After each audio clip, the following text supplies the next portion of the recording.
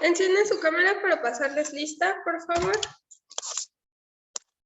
Bandari.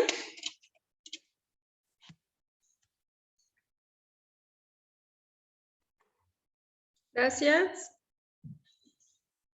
Brandon. Aranza. Gracias.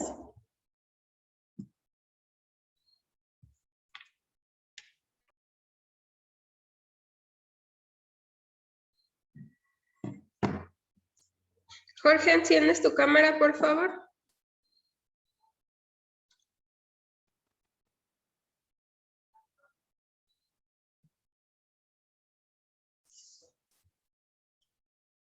Gracias.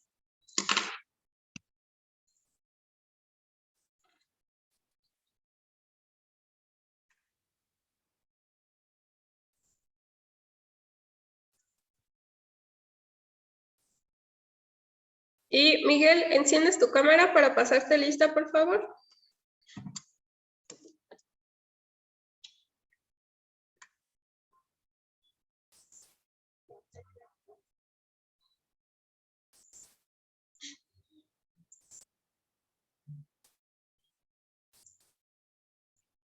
Bueno, antes de continuar viendo el video, vamos a ir avanzando en esta parte de la teoría, ¿ok? Y creo que no ha unido a su compañero Miguel, permítanme. No, creo que es su internet porque no lo une.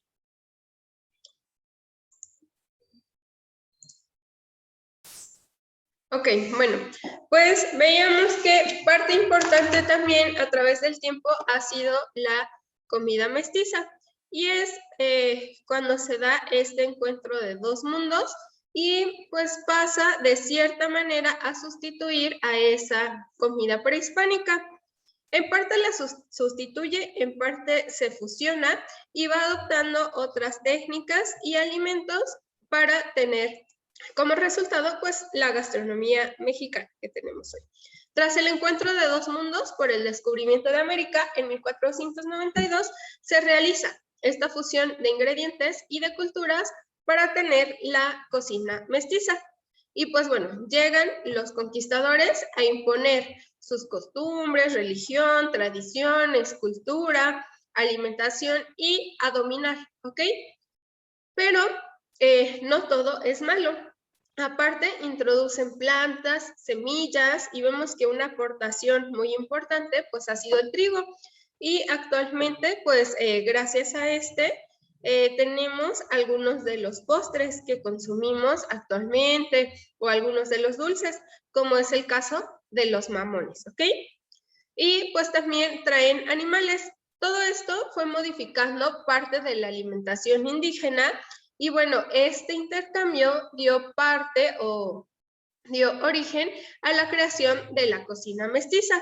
Y bueno, así surge de este modo pues la cocina típica mexicana. Un ejemplo de ellos muy importante y que hemos venido repitiendo a través de estos días ha sido el mole, ya que el mole es un origen de esta cocina mestiza. Y bueno, se dice también que fue muy importante el encuentro de esas dos cocinas, tanto de Moctezuma como de la reina Isabel. Veíamos que Moctezuma, pues bueno, él tenía 30 cocineros a su disposición, quien diariamente le cocinaba aproximadamente 100 platillos por cocinero, entonces tenía más de 3,000 platillos. Imagínense la diversidad que había, la riqueza también, pues para crear estos 3,000 platillos. Y bueno, de ahí cuando hacen este intercambio, ¿ok? De banquetes entre lo que es Moctezuma y la reina Isabel, pues surge una cocina poco conocida en el mundo, ya que es una cocina endémica de México, pero asombrosamente rica. Y tal es el hecho que en Michoacán, ¿ok? Actualmente, pues la cocina mexicana o la cocina de esa zona de Michoacán es patrimonio cultural, ¿ok? Y bueno, también existen representaciones religiosas. Veíamos que anteriormente, en la época prehispánica, pues rendían culto a estas deidades o a estos dioses, y que incluso pues se les rendía culto al maíz. No nada más eran deidades y dioses, también teníamos pues elementos, ¿no? Como era el agua, y para esta lluvia pues existía esa deidad que era Tlaloc, ¿ok? Pero pues Tlaloc simbolizaba pues todas estas aguas, esas lluvias, ¿ok? Entonces, pues bueno, llegan los españoles y con ellos traen otro tipo de culturas, traen la religión y entonces tratan de sustituir esas deidades o esas representaciones por medio de la religión, y ellos pues tratan de venir a pues volver al mundo católico, ¿no? Traen esa parte del evangelio y con ellos, pues bueno, también esas representaciones religiosas. Y veíamos que pues la cocina de los pueblos indígenas estaba netamente relacionada a esta parte de rituales, festividades, ¿ok? En los cuales pues adoraban todo lo que había en su entorno, en el medio ambiente, porque aparte pues tenían una cosmovisión que iba más allá de lo que actualmente nosotros podemos observar o percibir. Entonces, estas tradiciones, pues bueno, se llevaban a cabo de generación en generación por medio, pues, de esta representación oral, ¿ok? Desde tiempos precortesianos también se realizan celebraciones de tipo religioso, en las cuales, pues, se daban esta parte de tributos. Y pues bueno, también se llevaban a cabo algunas festividades que hoy en día pues también a finales de diciembre las llevamos a cabo, ¿no? Que hay incluso familias que pues realizan sus coronas de Adviento, en las cuales ponen velitas y tiene un simbolismo. Entonces, pues bueno, desde esta época precortesiana, pues se llevaban a cabo y pues se llevaban esta celebración de advenimiento. Entonces había fiestas en las casas y ahí en esas fiestas se obsequiaban comidas, se regalaban también estatuillas del festejado, ¿no? Y esta lo hacían con una masa comestible que se llamaba atzol, y esta masa pues se hacía con base en el maíz. La comida tuvo una gran importancia en el desarrollo pues de este México prehispánico y pues daba o estaba esa necesidad de alimentos, ¿ok? Y esos alimentos pues estaban presentes en esos rituales indígenas. Y bueno, ahí también vemos que existen incluso murales en donde está representado pues desde la casa, ¿no? Porque en la casa pues tenías ese alimento, el descubrimiento del fuego, cómo van procesando estos alimentos y cómo los van transformando en comida. Y todo esto está plasmado en códices, en murales, en esculturas, en deidades incluso, ¿ok? Y bueno, pues también existía esa parte de las ofrendas. Recordemos que incluso, pues cuando había un difunto, era muy común que lo envolvían en los petates, ¿no? Que anteriormente acostumbraban a dormir ahí, pero en esos petates ponían ofrendas, ¿ok? Que eran algunas comidas, alimentos, algunas estatuillas, vasijas incluso, ¿no? Y ponían estas vasijas porque las acompañaban con alimentos, donde se creía que en el inframundo pues iban a pasar a otro nivel de una vida mejor. Incluso actualmente, ¿no? Creemos que, o nos dice la religión, que hay vida después de la muerte y que esta es únicamente una etapa de preparación, pero que la verdadera vida y el gozo y el paraíso está una vez que nosotros pues hemos muerto. Así ellos, ¿no? Creían que después de que se acababa su vida terrenal, pues bueno, ellos iban a ir al inframundo, por eso les ponían estas ofrendas y vasijas para que ellos tuvieran alimentos y con qué procesar los alimentos en lo que llegaban a su destino final. Y pues bueno, también existen vestigios de que a estos dioses pues igual hacían entierros y en estos entierros les ponían vasijas, deidades, alimentos, igual, ¿no? Los cubrían con algunas cuestiones de oro, porque recordemos que aquí en México pues había mucho oro. Y bueno, también pues se dice que ha habido después de estos 20 siglos que han transcurrido, pues siguen presentes los tamales. Y los tamales, pues son alimentos que han sido prehispánicos y que actualmente sobreviven. Y también los tamales eran parte importante de estas ofrendas. Y pues bueno, actualmente tenemos una diversidad de tamales.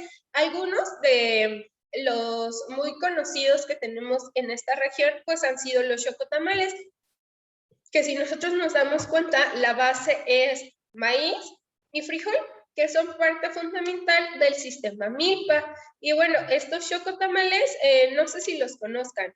Aranza, ¿conoces los xocotamales?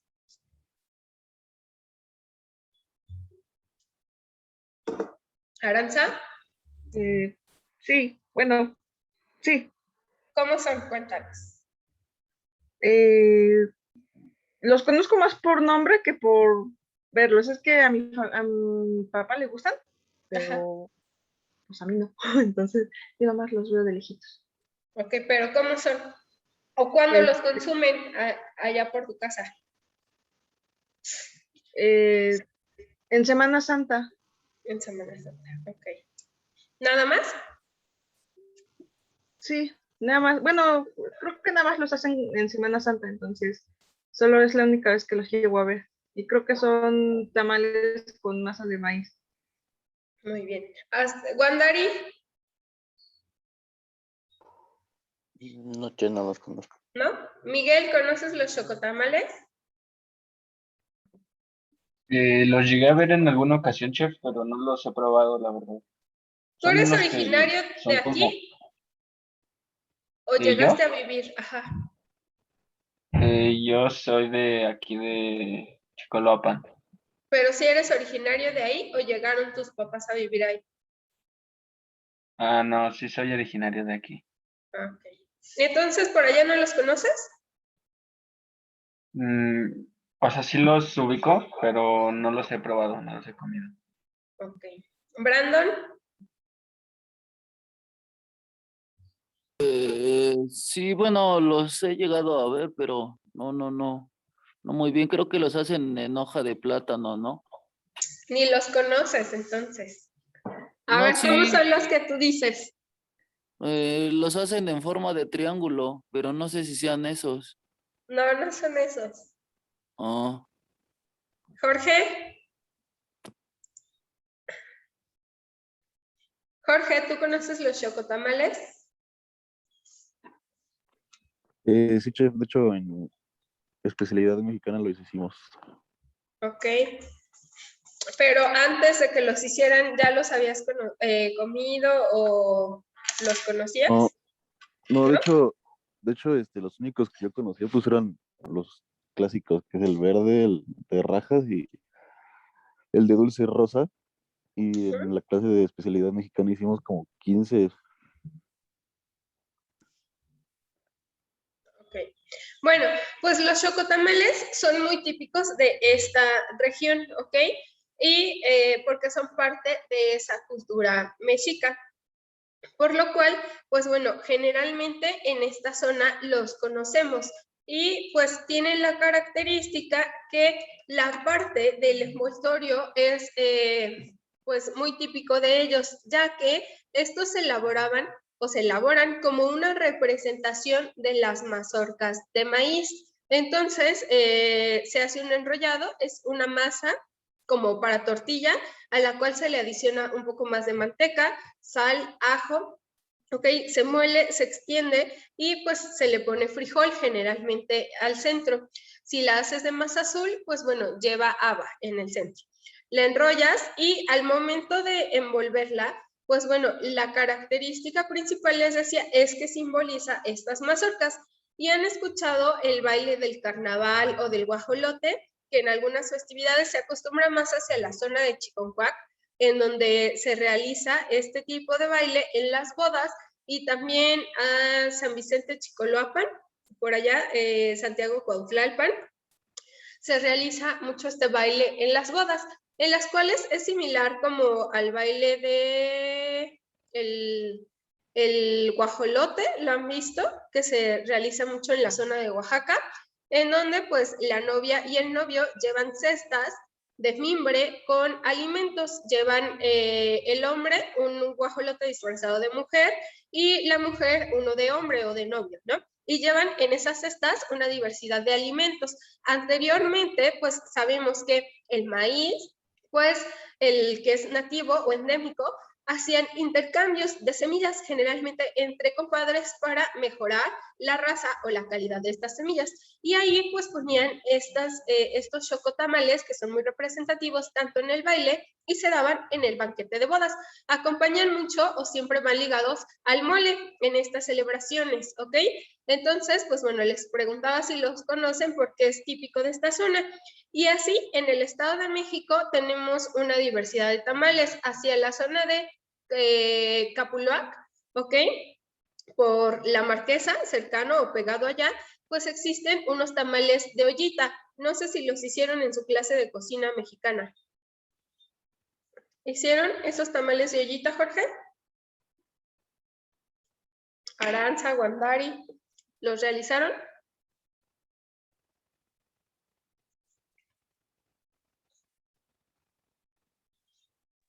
Chicos, ¿me escuchan? ¿Sí los realizaron? ¿Los tamales de ollita? Sí, chef. Ok, bueno. Entonces, pues estos tamales son típicos de esta zona y vemos que desde esa época prehispánicas han persistido. Incluso pues en esta temporada que viene de Muertos también es muy típico que se realizan tamales para la ofrenda, porque esto es, pues les decía, desde la época prehispánica.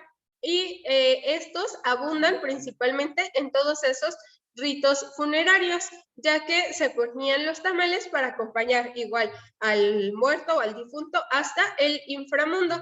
Y hoy en día, pues nosotros lo seguimos consumiendo y este alimento pues sigue preservando a través del tiempo. Y bueno, también van existiendo nuevas representaciones con esta fusión de alimentos, en los cuales, pues bueno, también esos pueblos originarios tuvieron que dejar sus hábitos y sus costumbres, ya que recordemos que si los llevaban a cabo, pues estos exigían o les ponían o les aplicaban unos castigos muy fuertes o muy severos que incluso podía ser la muerte, por lo cual ellos tuvieron que atravesar por un proceso de adaptación en el cual, pues bueno, van cambiando sus hábitos, sus costumbres, van dejando ese tipo de deidades o de adorarlas por, pues, estas nuevas estatuillas, ¿no? Que hoy en día pues son nuestros santos, nuestras vírgenes, y bueno, a su vez pues esto les permite incorporar nuevos alimentos a esa cultura alimentaria, nuevos productos que se van adaptando y van dando como resultado pues esta cocina mestiza. De igual manera, pues también las técnicas culinarias cambian, así como los utensilios, y pues de igual manera existe una coincidencia entre esas fiestas indígenas y pues ahora las fiestas que traen con la religión. Ejemplo de ellos pues fue la Navidad, ¿no? Anteriormente pues se hacían unas celebraciones a las cuales les llamaban misas de aguinaldo. Y pues en estas misas asistía mucha gente a esas representaciones y al final de la celebración eucarística, pues bueno, les daban algunos tipos de alimentos. Y pues hoy en día tenemos igual esas representaciones al final, pero ya no les llaman misas de aguinaldo, actualmente son las posadas. Y pues bueno, estas posadas tienen o tenían esas misas de aguinaldo como característica que pues ahí tenían o se daban muchos productos típicos, ¿no? Y son principalmente pues esos dulces y esas bebidas mexicanas, como han sido los buñuelos, que actualmente vemos que persisten, ¿no? Cuando hay alguna fiesta en los pueblitos o en las comunidades, pues vemos que afuera de la iglesia se siguen vendiendo estos buñuelos. De igual manera, pues bueno, a veces llegamos a encontrar que todavía cuando compramos un buñuelo nos dan una bolsita de miel. Esta miel generalmente se elabora con las hojas de higo y piloncillo. Piloncillo, canela, agua, hojas de higo para acompañar estos buñuelos. Y son productos pues muy mexicanos y que han sido parte de esa cocina mestiza y que sigue preservándose a través del tiempo. y van muy ligados a estas festividades religiosas. También pues había o se regalaban otro tipo de dulces mexicanos como han sido pues las torrejas, ¿ok? Algunos dulces, la colación, que actualmente, pues bueno, ya no se utiliza tanto que te las den en las posadas, sin embargo vemos que sigue presente a través de los años, ¿no? A lo mejor hoy al día o actualmente esos gustos y esas costumbres han cambiado, ya que la colación pues también es un producto costoso, porque hay unas que van, es un piñón cubierto, ¿no? Con esta colación y sabemos que el piñón pues su costo es muy elevado. Por lo cual actualmente pues han cambiado un poco el poner colación en los aguinaldos, pues por estos dulces de kilo que nos venden a granel. También existían algunos productos confitados, como eran el caso de pues la calabaza confitada, el limón cristalizado, chilacayote, por ejemplo, todos estos productos que han sido pues confitados o cristalizados, algunos dulces, otros turrones, macarrones, mazapanes, frutas frescas, secas, tamales, entre otros. Todo esto era lo que principalmente ofrecían al finalizar esas misas de aguinaldo y que actualmente son productos que tenemos como costumbre igual consumirlas a fin de año. Y pues todo esto iba acompañado también de bebidas que han sido típicas mexicanas, como son los ponches, champurrados, chocolates. También se acompañaban con algunos jugos de frutas y semillas, entre otras bebidas, como son pues las aguas frescas, ¿no? Que igual siguen presentes en nuestra gastronomía e incluso hoy en día pues también en las festividades pues se han sido reemplazadas un poco más el dar este tipo de aguas frescas que los refrescos. Y pues bueno, posteriormente, ya que tenemos esta colonización, esta cocina mestiza, va surgiendo parte de esa cocina conventual y veíamos que pues esta ha preservado a través del tiempo y ha sido muy, muy importante porque fue, o se dice que es la cuna, esa cocina conventual, de la generación de muchos de esos dulces típicos y esas bebidas que actualmente conocemos. Una de ellas, pues, son el chocolate, los champurrados, los mamones, antes el rompope incluso, ¿no? Que son productos que han sido generados en el convento. Otros, pues el mole, que es muy representativo, los chiles en nogada, entre otros. Entonces, vamos a continuar viendo parte del video para después continuar con cocina conventual y pues así lo vamos a ir manejando una parte y una parte para que tampoco se me vayan aburriendo, ¿ok? Dejo de compartir y les vuelvo a compartir el video.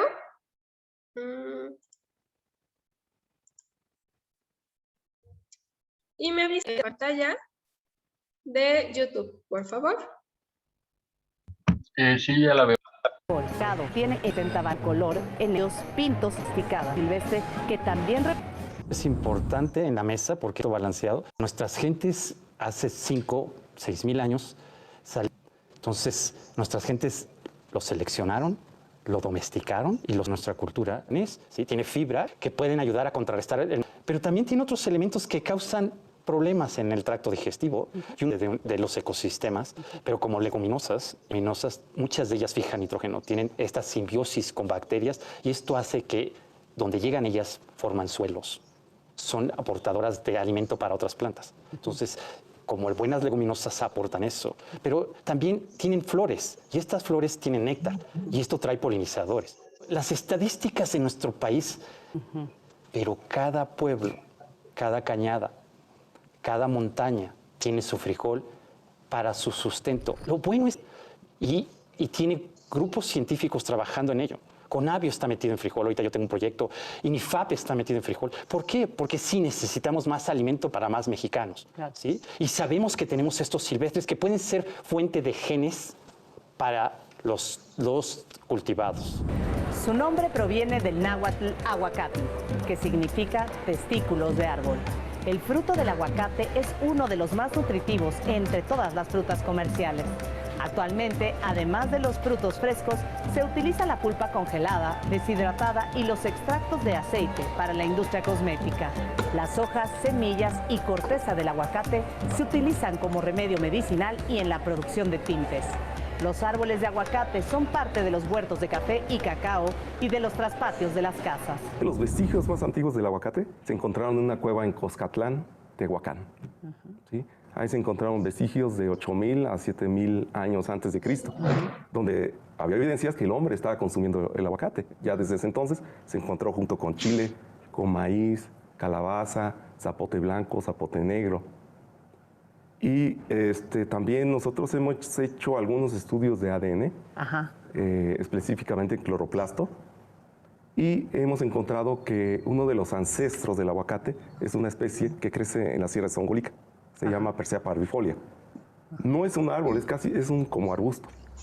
Y encontramos que tiene las secuencias más conservadas. Y Zongolica está muy cerca de Tehuacán. Okay. Entonces eso nos da alguna idea del origen. El hombre antiguo que llegó a América se encontró el aguacate ya, prácticamente. Al principio lo empezó a recolectar y más adelante de alguna forma lo empezó a cultivar. Se sabe que los olmecas ya la cultivaban y después los mayas. Y después se fue diseminando por todo Centroamérica, llegando hasta los incas inclusive, que ya también hay vestigios que desde 1200 años antes de Cristo, el origen del aguacate es México. Aquí en México, la variedad más establecida en el territorio nacional es Hass, que todos comemos. Pero hace años existía otra variedad que se llama Fuerte. ¿Sí? Actualmente el Hass ocupa casi el 95% de la superficie nacional y pues es lo que consumimos los mexicanos, ¿no? El mestizaje culinario. El encuentro de Europa con América supuso una de las transformaciones más radicales en la dieta de la humanidad.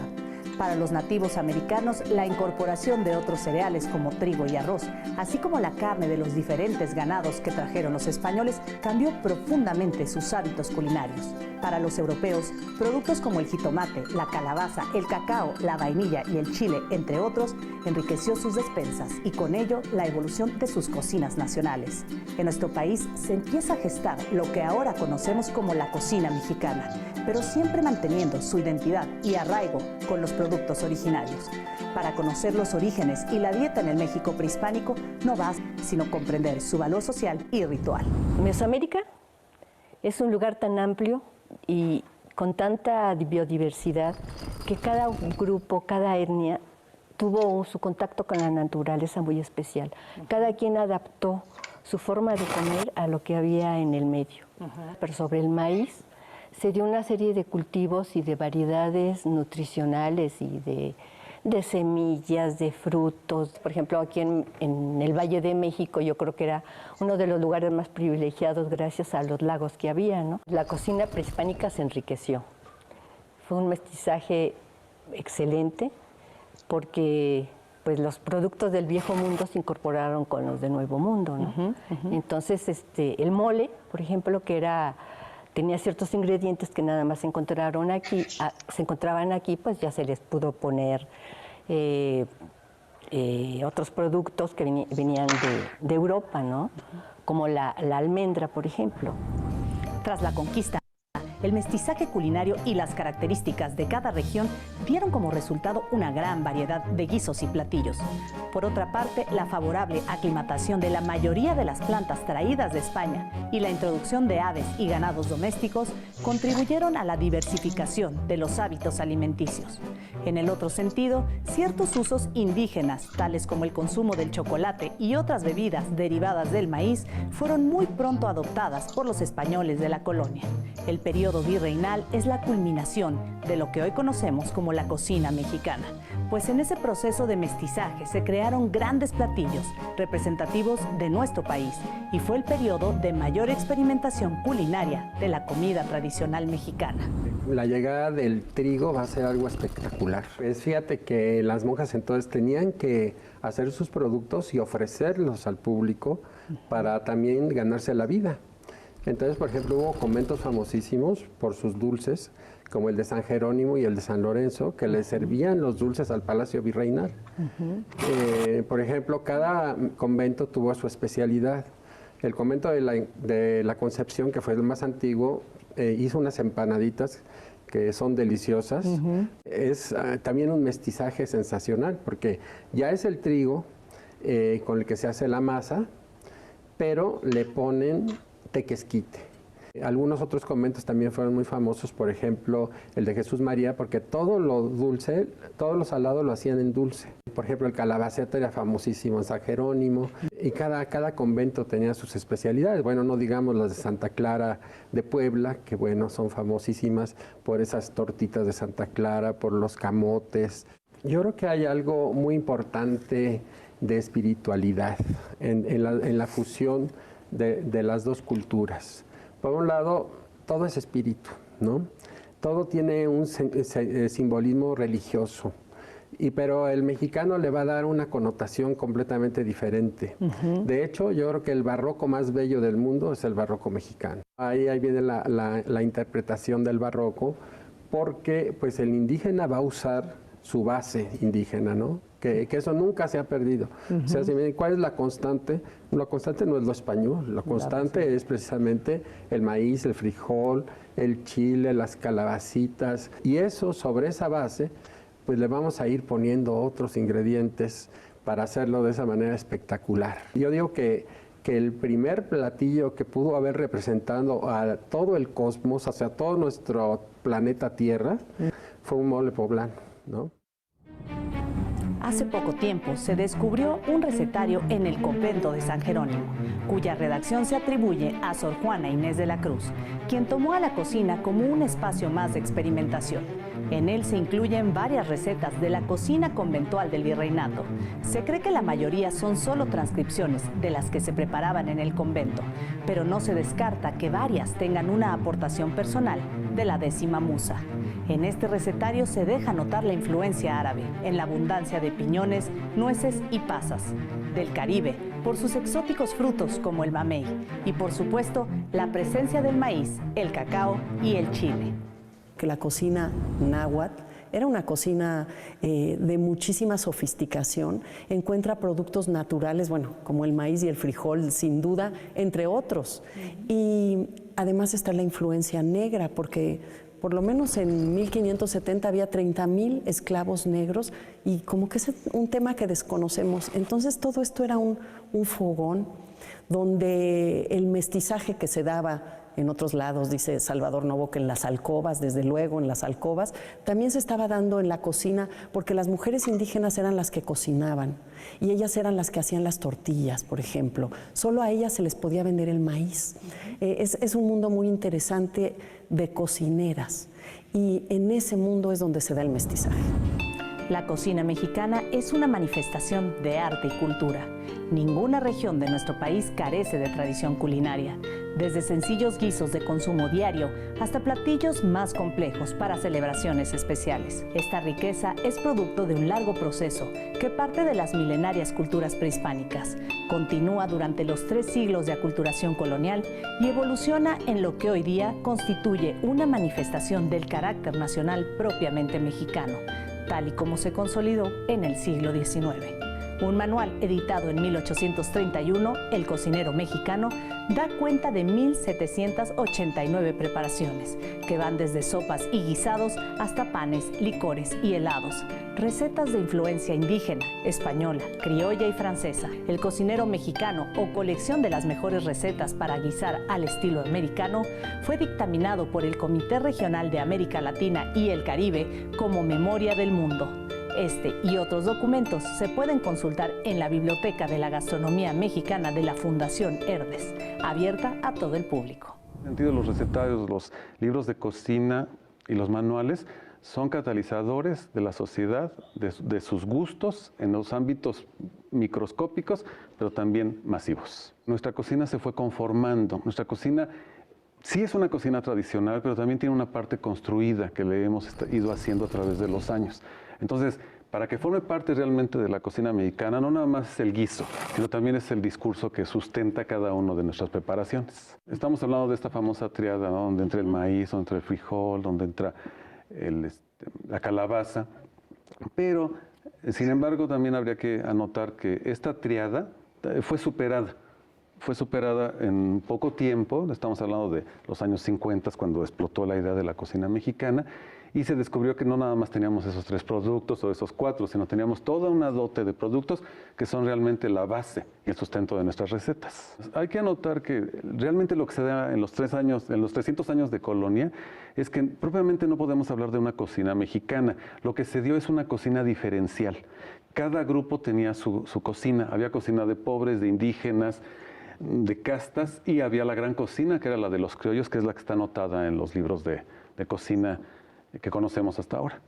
Entraron los moles, las preparaciones con tortilla, los tamales, algunas bebidas, pero también se colaron todos estos productos, los jitomates, las calabazas, el maíz, los capulines que se usaron para aderezar algunos platillos de orígenes. Es decir, que nuestro... Deje de compartir porque ya va a finalizar la sesión. Entonces,